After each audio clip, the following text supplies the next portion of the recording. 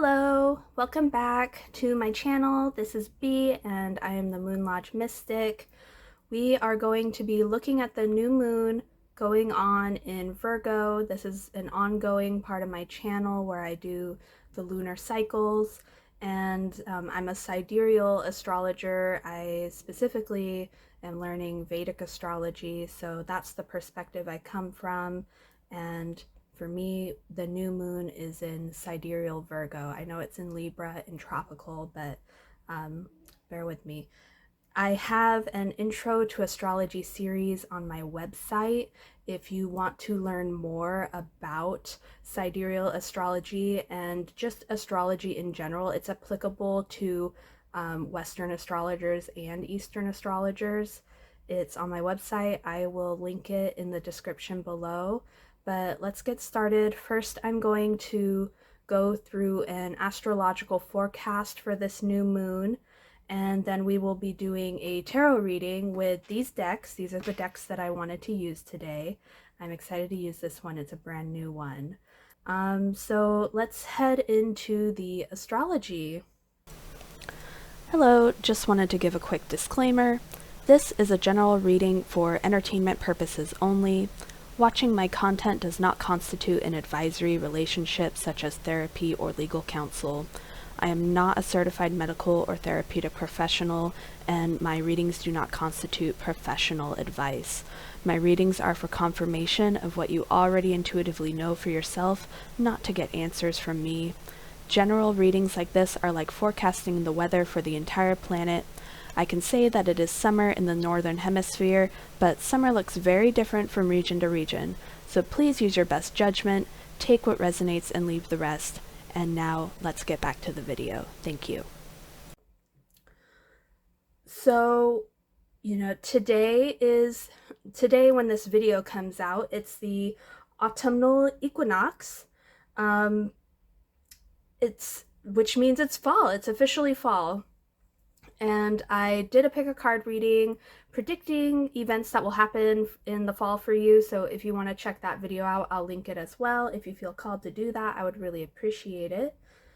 But when we go through equinoxes, it's a big transition. So just take care to monitor your health and any symptoms you might be experiencing, like fatigue or like digestive issues or something like that. It can be hard to transition, and just go easy on yourself. But we are starting off fall with a new moon in Virgo that's happening this Sunday on September 25th. And as far as transits go, since this is a new moon, this is considered a new lunar cycle, which will conclude by the next new moon. The themes we'll be going over in a minute will extend throughout this lunar month.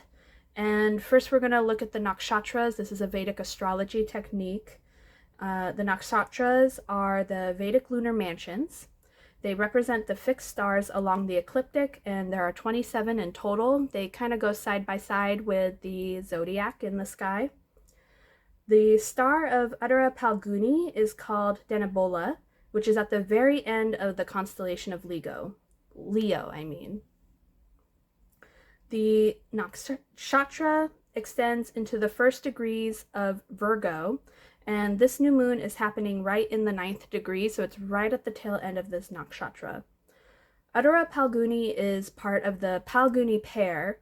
The nakshatras have a handful of sets of pairs that are denoted by the prefixing words purva, which is similar to before, and uttara, which is like after. So this pair is made up of Purva Phalguni and Uttara Phalguni, and they roughly translate to the former reddish one or reddish lady and the latter reddish one. And the reddish one or the reddish lady, this is kind of to encompass the reddish desire of springtime and love and marriage and passion. And the Phalgunis are deeply associated with love and marriage. I am going to read a bit about the Uttara Phalguni from Vic Takari's book, which is the 27 Nakshatras book. It's really good. I will link it in the description if you want to check it out. And here we go. I'm going to read from the book now. Uttara Phalguni is the second in the Phalguni pair of stars. Most of what we discussed about Purva Phalguni applies to Uttara Phalguni as well. The difference is that while the previous Phalguni tends towards romance, Uttara Phalguni towards friendship and marriage. Uttara Phalguni is the star of marriage and commitments. The deity of Uttara Phalguni is Aryama, the brother of Purva Phalguni's deity Bhaga. As you may recall from the chapter on Maga in Bhagavad Gita, Sri Krishna suggests that Aryama is the foremost Pitra, Pitranam Aryama Kasmi. Among the Pitras, I am Aryama. The Pitras are basically your ancestors. This is an aside, it's not quite in the book. But the Pitras of Magha, which is one of the preceding nakshatras before Uttara Phalguni, it represents the ancestors. So among the Pitras, I am Aryama. This reveals that Aryama dwells with and functions like the Pitra, well-wishing ancestors who protect us in difficult times. Aryama is the foremost well-wisher and protector. The word Aryama literally means a dear friend. The exact, most specific meaning is a friend who asks a girl to marry his friend. If a boy has a crush on a girl, his close friend goes to the girl and tells her about the boy in such a way as to attract her attention and affections. That friend is Aryama. It is somewhat fitting that such a friend would never be mentioned in the Vedas as a solitary being, but is always addressed in relationship to his dear brothers, Bhaga, Mitra, and Varuna. Aryama is the divine matchmaker. He pairs young men and women so that they can enjoy what Phalguni has to offer: love, romance, and marriage. Uttara Phalguni produces matchmakers and expert counselors in the arts of love and romance. And that's where I'm going to stop the reading out of the book. There's a whole chapter on this, and this book really goes in depth into the Sanskrit and the myths behind the 27 nakshatras. So I really recommend that if you are interested in learning more, that you give that book a shot. So that should give you a good introductory idea of what Uttara Phalguni stands for and what could be popping up in your life during this lunar cycle. And with the transits that are going on, it's interesting to try and connect the transits to this theme of marriage and friendship in Uttara Phalguni. So starting off with the transits that are going on right now, Venus has entered Virgo, which becomes debilitated. But this debilitation is canceled out by the fact that Mercury is in Virgo and is exalted. This is called Nicha Bhanga. And when we meet the condition for a Nicha Bhanga, it cancels out the debilitated nature of a planet. Venus is typically debilitated in Virgo. Now, it doesn't mean that Virgo is still like the greatest place for Venus to be, but it just reduces the negative impacts of Venus being in Virgo. And you have to think of the way that Venus is traveling through the signs right now. Venus just got done transiting Leo, so that brings a lot of expressiveness to the way we share our affections and our relationships. And now we're coming into Virgo, which is very analytical and counting and measuring. And when you think of things like this, very calculating, these don't tend to be great aspects to introduce into relationships if you want people to be equanimous and happy and loving and emotional towards each other. So that's why Venus is debilitated in Virgo. But because of this Nicha Bhanga, what you're going to see is you're going to be making more assessments and analyzing your relationships. So assessing your relationships, analyzing them, measuring the actions that are going on between each other. And this can have a bit of a sobering effect on people. Mercury is exalted in Virgo and is currently retrograde. This is when Mercury shines the brightest in the sky. And as we went over before, Virgo is very analytical and calculating and measuring, and Mercury is our discriminating intellect. This is like arithmetic, assigning value, naming things, defining them, and these are all the qualities that are involved in merchanting and commerce and economy, and these are the things that Mercury stands for. This transit gives a boost to intellectual endeavors and education, and the retrograde motion is serving as a kind of review and just reflecting on the things that we've been doing in service to this end of, you know, the Virgo motivations over the past month or so that Mercury has been transiting Virgo. And at this point in time, the sun entered Virgo about a week ago. The sun is very thoughtful in this sign, taking on the qualities we've been discussing so far of intelligence, analyzing. All these planets together in Virgo become very calculating and strategic. We still have Jupiter retrograding in Pisces, which sits opposite Virgo. Last time we talked about how this is great for grasping spiritual truths firmly within our cognitive mind, our intellectual mind. And with that being said, now that we have the sun and Venus coming and joining Mercury in Virgo, there is some caution. Jupiter has a very expansive quality, and when Jupiter makes a direct aspect to the sun, this can kind of gas up the sun. And the sun stands for like leadership, self-expression, and confidence. And what Jupiter can do is kind of create a sense of too much confidence and being overinflated. So it's important to try and keep your perception grounded. It can be kind of easy to get carried away with the way that we're approaching our relationships and get really swept up or like overly infatuated with an idea. But this is eased a little bit by the fact that Saturn is aspecting Jupiter from Capricorn. So this kind of, while Jupiter is a hot air balloon that goes up and up and up and up and it never stops, Saturn is kind of like bringing the hot air balloon back down to Earth a bit. So this is having a good grounding aspect to Jupiter. And I do want to say that it's okay to feel infatuated and to enjoy the feelings and the the excitement and the enthusiasm that might be coming up for you during this time. Just try not to make impulsive decisions.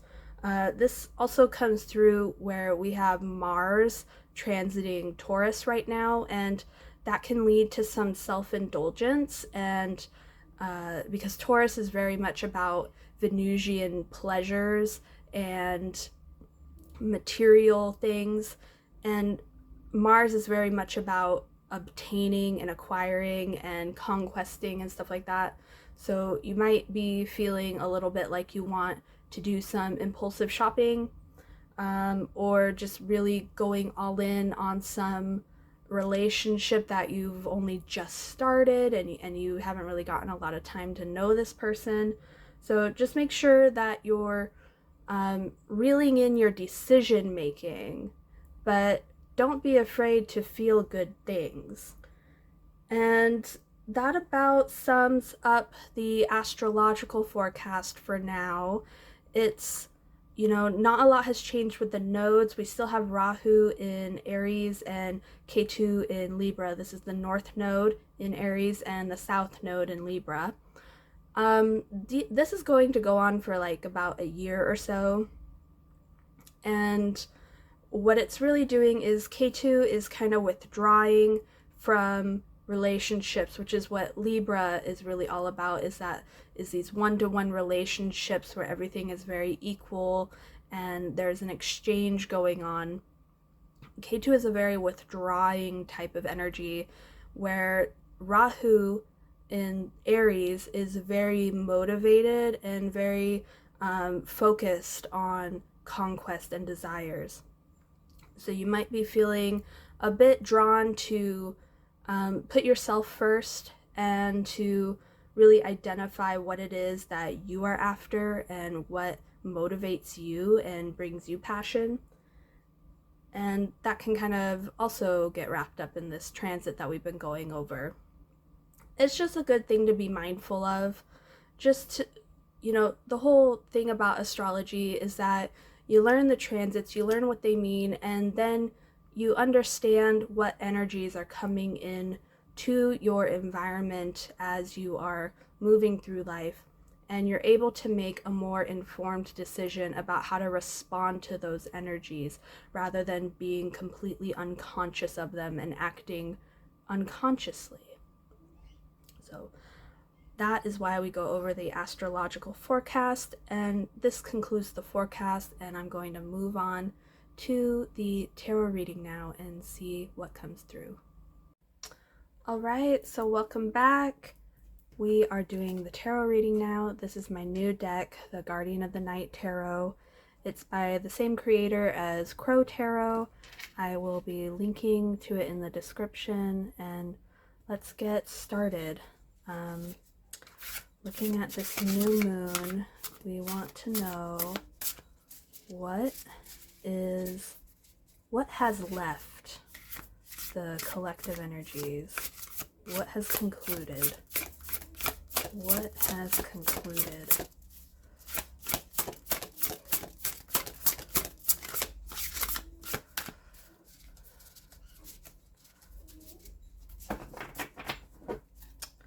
What has concluded this lunar cycle?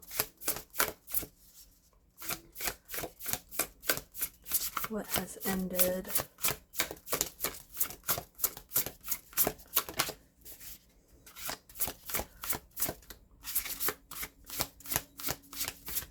Ooh, Nine of Wands.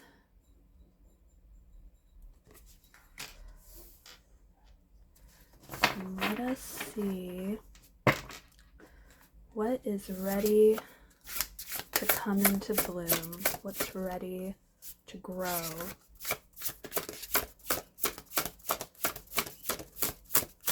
What is the new seed being planted this lunar cycle? We have the Emperor. Wow.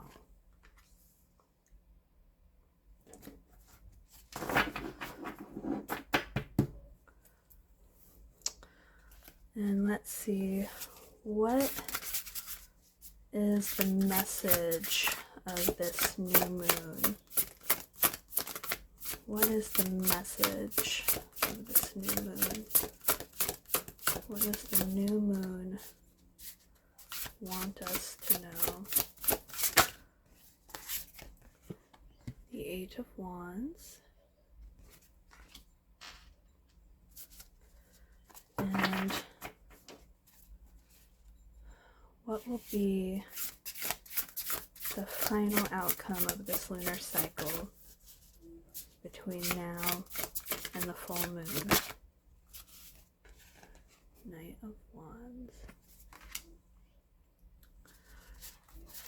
And then let's see some advice. What advice is there for the collective for this new lunar cycle? What is the advice? Okay, we have the Four of Cups. All right.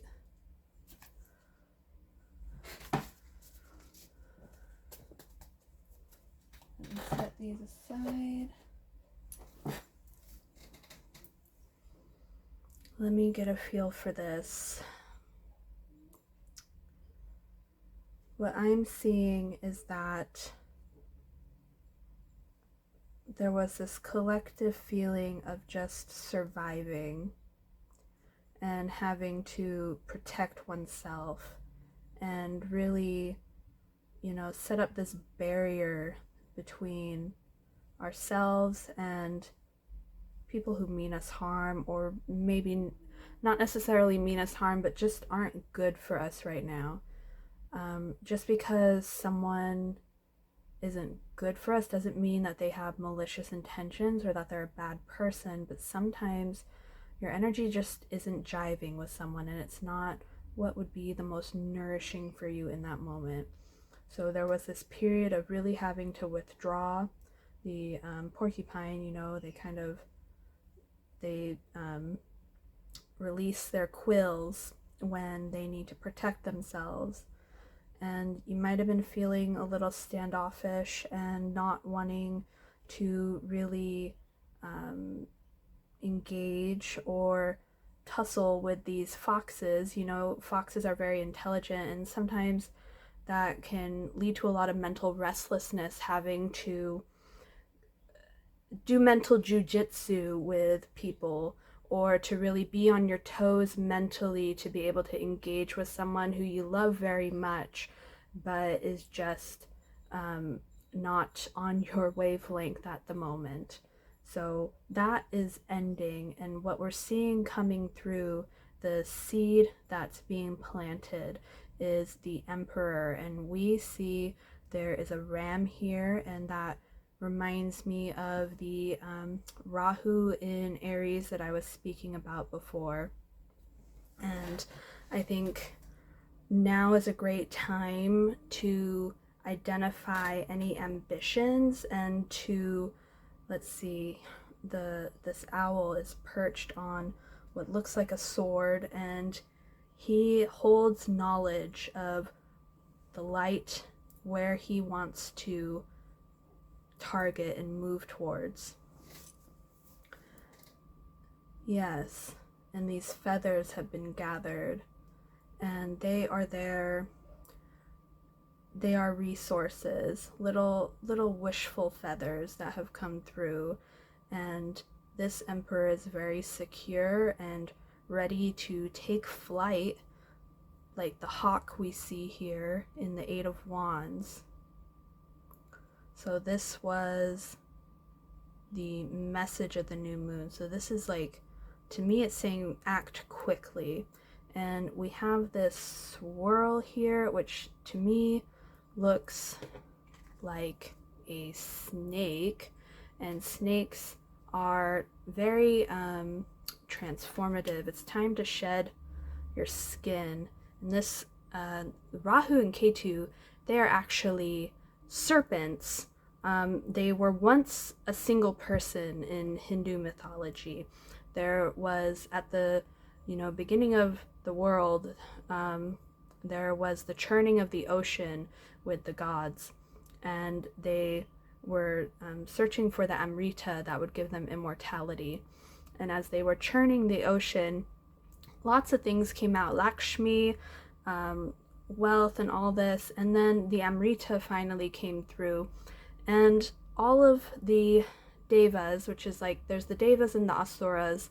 A loose translation is that the devas are like the good gods, like kind of like the Olympians, and the asuras are like demons, or kind of like the chthonic deities of the Greek pantheon. So during this churning of the ocean, we had the Amrita, and the devas, were the first ones to get to have a drink of it. And by the time that they were going to go through all the devas and the asuras would get a turn, the Amrita was going to run out. So Swarbanu had this cunning idea to sneak into line and to disguise himself, and he got up and was given some of the Amrita, but he was discovered by the sun and the moon, and they immediately went to decapitate him. But because he had swallowed the Amrita, his body became immortal, and so his head and his body persisted in life. They became immortal and separated. They became Rahu, the disembodied head, and Ketu, the body, the headless body. And they are they are associated with serpents. There's the serpent's head and the serpent's tail. And they also kind of get associated with serpent energy, so kundalini and transformative powers. And so what I'm seeing here is, it's time to take action with the Knight of Wands as well on your ambitions, because you have everything you need now and you have recuperated, and things are going to move quickly if you take action. Thinking about falcons and birds of prey in general, they have this sharp eyesight and they know exactly what they want and they just dive straight to it. And that's what I'm seeing here, is that it's fine to take action now. And this Knight of Wands, I'm going to read the booklet real quick. So I've got the booklet here. This is actually depicting a Wolverine. And you can pause here if you'd like to read for yourself. But I'm just going to skim through the first paragraph. The Knight of Wands is adventurous, maybe even a bit overly so at times. He is not a sit on the sidelines kind of fellow waiting for the world to come to him. When the knight appears, the time for swift, decisive action has arrived, and there is no time for delay. However, the energy this card offers can be conflicting. For success, you will need to strike the perfect balance between persistence and arrogance, between being a go-getter and being a bully. A situation may have you feeling like you are being pulled in two different directions. There is a charming, passionate side that creates a magnetic enthusiasm that builds support for an idea or purpose. Then there this arrogant, overly ambitious, restless side, and for me, this first paragraph kind of said it all. What were we talking about with Jupiter giving that aspect to Virgo right now, with the Sun and Venus and Mercury all in one spot, and then we also have Taurus with Mars transiting it. This can create a little bit of overconfidence and a little bit of arrogance. Mercury is very calculating in Virgo, and you want to be able to strike a balance with Venus there, that you don't take advantage of people that are in your area, because they'll remember it later. They'll sense that energetic intention. It's really great that if you're going to approach a goal, that you be mindful of how your actions can impact the people around you and the people in your life, and that you do it in a different type of measured way, not measured in the way that you're going to use everybody to your advantage, but measured in the way that you're going to act in a measured way, so as to be really righteous in your intention. And that isn't righteous as in, being dogmatic or overzealous or arrogant. That's righteous as in just being in right alignment with your good nature, basically. And being bold but not being a bully.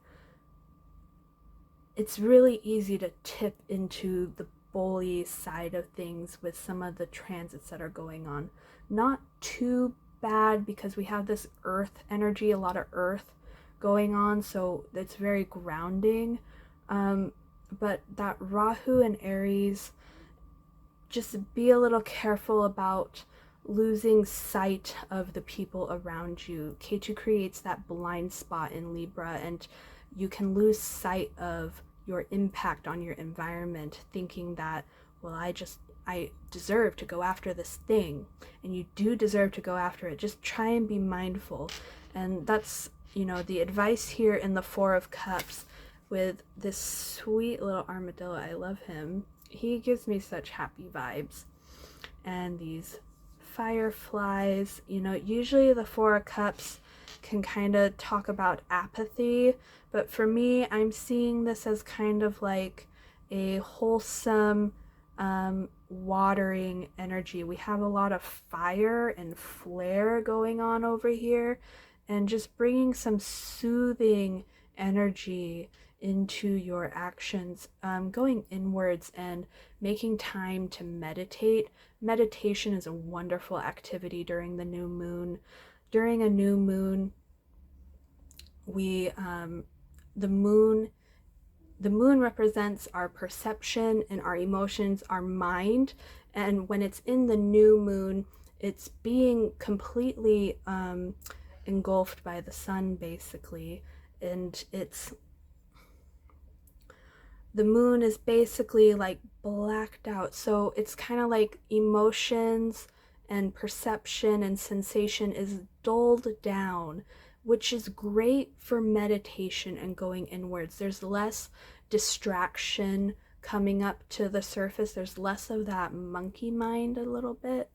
So take some time to go inwards and just kind of, when I look at this armadillo, I just think it's like a very yummy type of energy where you're just curled up on the couch and just soaking in the present moment, not trying to think or act.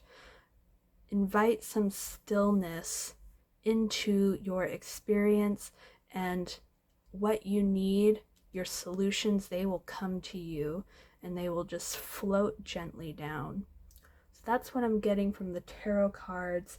Let's see what some of these oracle cards have to say about the progression of events that are going to happen through this lunar cycle. Let's see what wants to come out.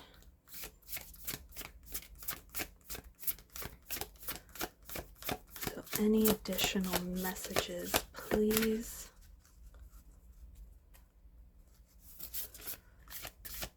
Additional helpful messages for the collective during this lunar cycle, from new moon to full moon.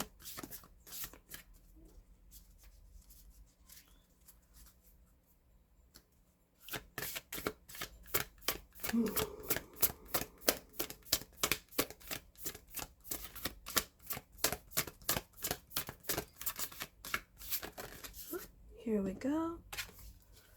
Your dreams need a practical plan. We have this full moon in Taurus. Again, coming back to Mars and Taurus, Mars is very tactical. Mars is exceptionally strategic. And in Taurus, it's all about these Venusian pleasures, like sensual goods, wealth, items, and domestic type of bliss going on. And Mars can be a little rambunctious, kind of like a bull chasing around in the china cabinet, and a little impulsive sometimes. So just try and be measured in the way that you approach your goals. Let's see what else wants to come out.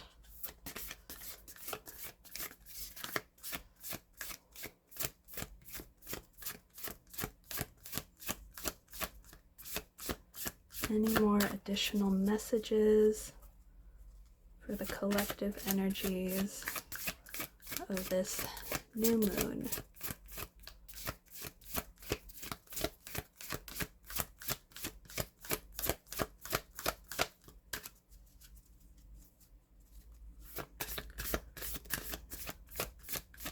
Clear guided messages, please, for the collective.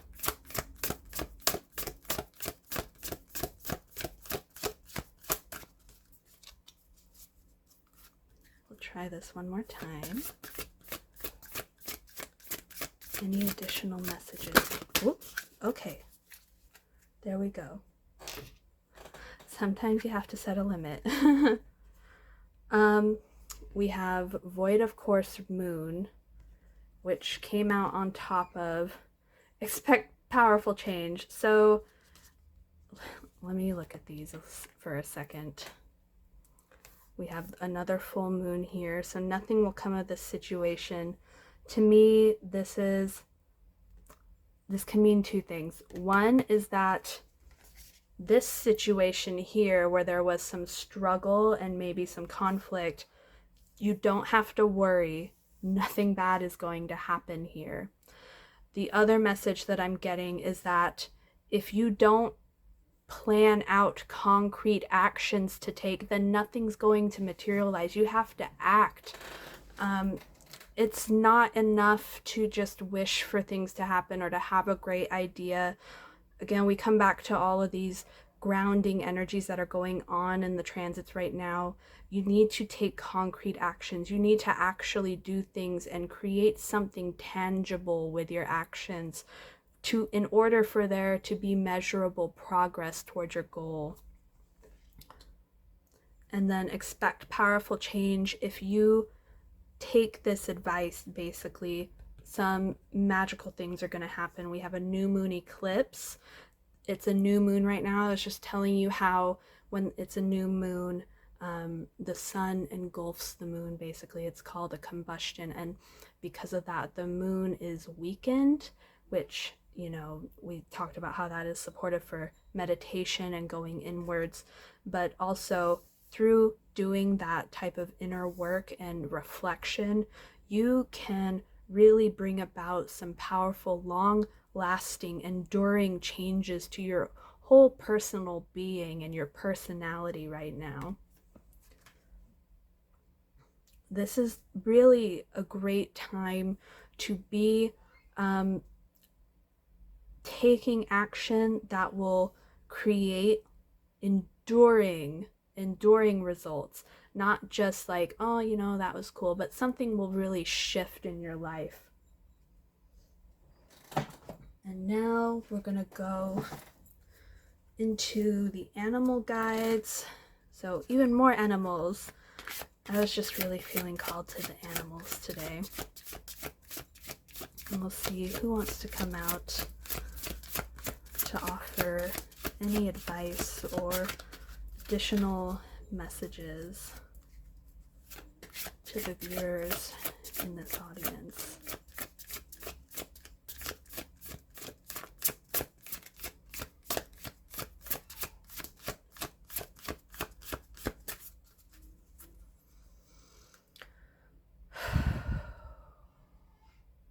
Let's see. Oh, here we go.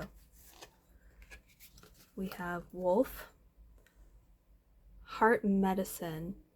Let go of that which does not serve your highest good. And when I see this wolf, he's in this isolated but brilliantly glowing environment. Heart medicine. Don't leave your heart out of the equation when you go in this pursuit here. Take ego out of it, basically, or, you know, give ego a seat on the bus, but don't let ego drive, basically. Yeah. You might have this attitude like you have to do everything alone. But that's not true. You don't have to be like this lone wolf isolated in the mountains. It doesn't have to be this struggle where you're toiling all on your own, surviving these harsh elements without any assistance or any community. And in fact, wolves are pack animals. They thrive in community. And anything else?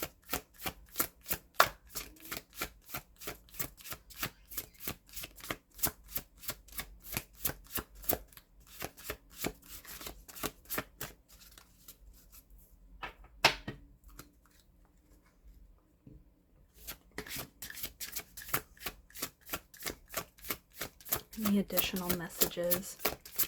I'd like to take one more card, please.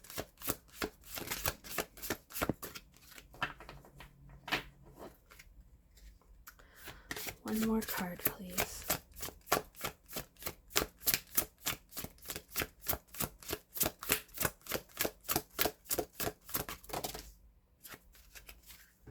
Two more cards, please. Thank you. Let's do this one first. We have horse, free spirit. Give yourself the space and freedom to express your creativity.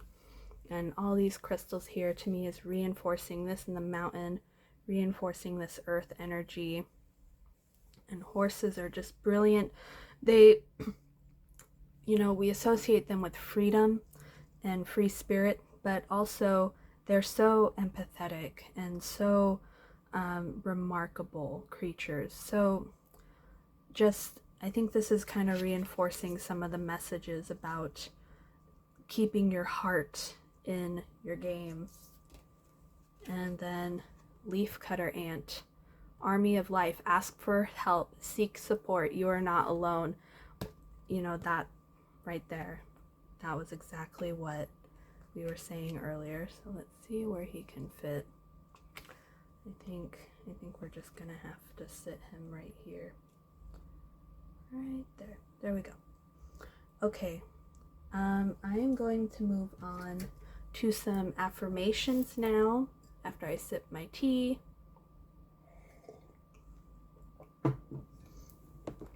Oops, sorry for the wiggle. Come on now. Okay.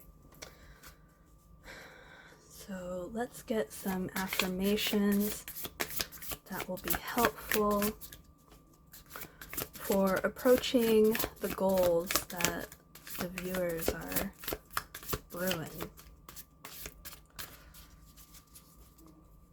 Let's get some affirmations, please.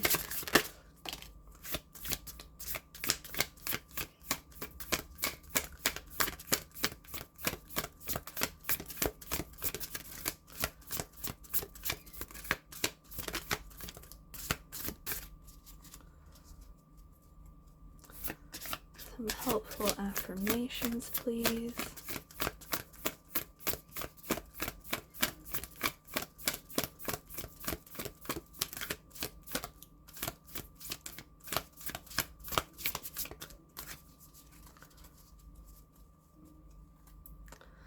I'm going to do this one more time.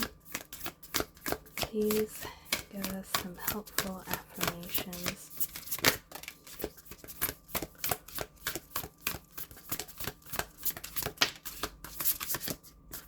Okay.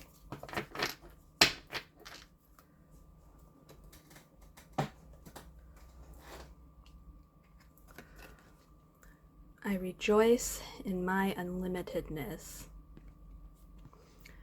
I am aware that I am pure consciousness. I am one with all life. To me, this is reinforcing this Four of Cups that we got. Just going inwards. It's that internal spiritual connection with all of humanity where, it's in meditation that we can access that, and it's available at all times whenever you want. And let's see. I live and work in comfort and ease and beauty. I love this beauty here because we have the themes of Venus going on with lots of Taurus emphasis. My home is a reflection of me, and I choose to make it a wonderful place to live. I like this. This is kind of the attitude I took with me when I worked in an office. I invested some extra money, and this is a very Taurian thing to do, a very Venusian thing to do, but I beautified my office when I had an office job. I made it a place that felt like a sanctuary. I bought lots of beautiful decorations that just made me really happy to be around. And if you can create a workspace that is beautiful and comfortable to be in, it will be so much easier for you to go to work and enjoy being in that space, even if work is stressful. It made a huge difference for me. And this goes for the home as well. I have an exalted Venus in the 4th house, which is home. And this is a big one for me. I know all about this, what this is all getting at. Having a beautiful home really does wonders for your attitude and perspective, and just creating yummy feelings about being in home or at work. So I was born to enjoy life. I am a beloved child of the universe and have been given everything I need for every experience I shall have. You have everything you need, and you will be supported no matter what, as long as you establish that connection to the universe. Make time and space to feel that connection. This came out, and I feel like it was kind of for me too, because I lately have been working through feeling shame about being a divine being. And it became really apparent to me as I was working on The Artist's Way by Julia Cameron. There's an affirmation. She gives all these wonderful affirmations for accessing and healing your creative drive. And some of these affirmations are talking about how creativity as a instinct comes from a higher source. It's divine inspiration coming out embodied through you and your uniqueness. And some of these affirmations say things like, my creativity comes from God. My creativity is in service to a greater purpose designed by God or creator. It doesn't need to be like Christian God. It can be whatever you conceptualize as spirit or higher source. And another one that really stuck out to me was that my dreams come from God and God has the power to accomplish them. Well, when I think about these affirmations, I tend to notice that I feel kind of shame, like I'm not special enough for that to be true. And I think if you relate to that type of experience at all, that this affirmation is going to help you heal that. Because we are, nobody's not good enough to channel gifts and to have creative inspiration, and for their creativity to be a gift to the world that was divinely inspired.